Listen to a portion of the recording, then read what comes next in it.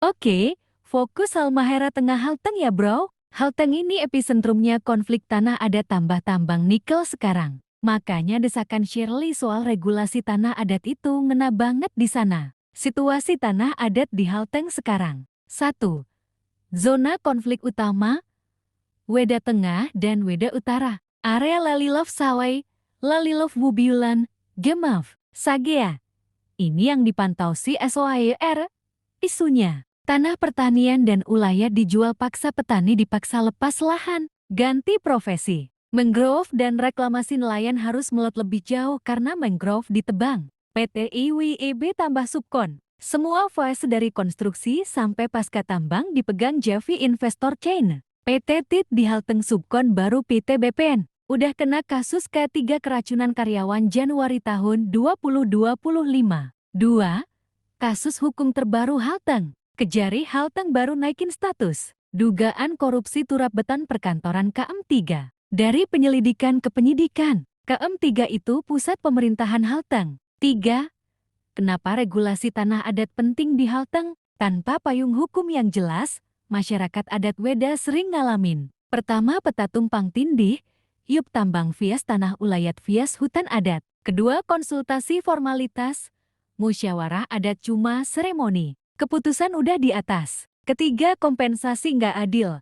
Harga ganti rugi di bawah NJUP, apalagi buat kebun cengkeh atau pala yang udah puluhan tahun. Kalau Shirley berhasil dorong regulasi, Halteng bakal dapat. Pertama, pengakuan hukum tanah ulayat. Jadi perusahaan wajib negosiasi sama lembaga adat, bukan cuma kepala desa. Kedua, FPIC wajib free prior informed consent. Masyarakat harus setuju dulu sebelum IUP jalan. Ketiga, dana bagi hasil adat kayak dana desa. Tapi buat lembaga adat. Kejadian, Jumat, 12 Juni tahun 2026.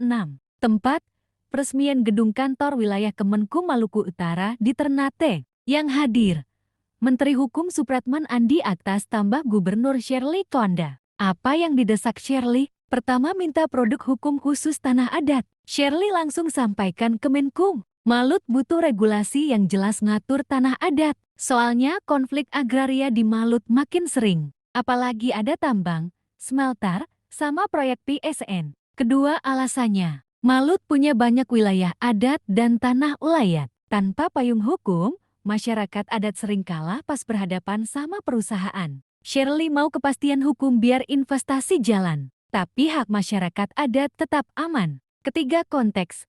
Desakan ini muncul bareng isu pencemaran lingkungan. Ketua Komisi DPRD Naslatan Ukhra, Kasuba juga minta Shirley fokus ke masalah lingkungan. Tambah masyarakat adat di Malut. Respon Menkum. Menkum Supratman bilang Kemenkum siap dorong pelayanan hukum terbaik. Tapi soal RUU atau Perpu Tanah Adat khusus, belum ada jawaban detail di berita. Biasanya regulasi tanah adat masuk ke RUU. Masyarakat hukum adat yang udah lama mangkrak di DPR.